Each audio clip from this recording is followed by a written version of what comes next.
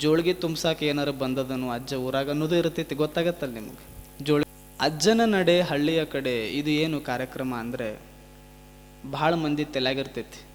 ಇಲ್ಲ ಅವು ಸಣ್ಣ ಮುತ್ಯ ಅಂದು ಸಾಲಿ ಮುಗಿದಿರ್ಬೇಕು, ಅದಕ್ಕೆ ಏನೋ ಒಂದು ಹೊಸ ಚಾಲು ಮಾಡಿರ್ಬೇಕು ಅಂತ ಇರ್ತೈತಿ ತಲೆಯಾಗ.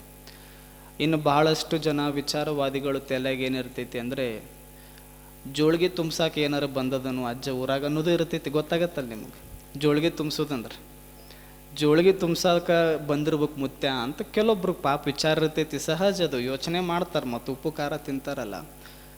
ಮತ್ತು ಕೆಲವೊಬ್ರಿಗೆ ಎದಕ್ಕೆ ಬಂದಾರ ಮುತ್ಯರು, ಏನಿರ್ಬೇಕದು, ಎದಕ್ಕೆ ಬಂದೀನಿ ನಾನು ಅಂದರೆ, ಎದಕ್ಕೆ ಈ ಅಜ್ಜನ ನಡೆ ಹಳ್ಳಿಯ ಕಡೆ ಕಾರ್ಯಕ್ರಮ ಹಾಕ್ಕೊಂಡ್ವಿ ಅಂದ್ರೆ ಅಜ್ಜನ ಮಠದ ಸ್ವಾಮಿನ ಮೆರೆಸಾಕ ಈ ಕಾರ್ಯಕ್ರಮ ಹಾಕ್ಕೊಂಡಿಲ್ಲ, ಮತ್ತು ನನ್ನ ಜೋಳಿಗೆ ತುಂಬ್ಸಾಕು ಈ ಕಾರ್ಯಕ್ರಮ ಹಾಕ್ಕೊಂಡಿಲ್ಲ.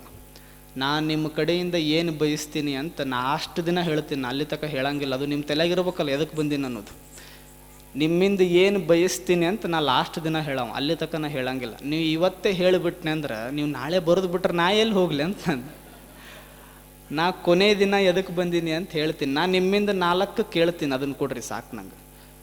ಅಲ್ಲಿಂದ ಮತ್ತು ಈ ನಡು ದಿನಗಳೊಳಗೆ ಏನು ಹಂಗೆ ಸುಮ್ಮ ಮಾತಾಡಿ ಹೋಗ್ತೀನಿ, ಅಲ್ಲ, ಮಾತಾಡೋಕೆ ಹೋಗಕ್ಕೆ ನಾ ಬಂದಿಲ್ಲ.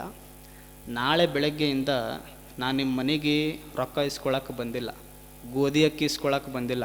ನಿಮ್ಮ ಊರಾಗ ಯಾವ ಚಟ ಮಾಡ್ತಾವಲ್ಲ ಅವು ಚಟ ಇಸ್ಕೊಳಕ್ಕೆ ನಿಮ್ಮ ಊರಿಗೆ ಬಂದಿನ ಅಟ್ಟೆ, ಗೊತ್ತಾಗತ್ತೈತೆ.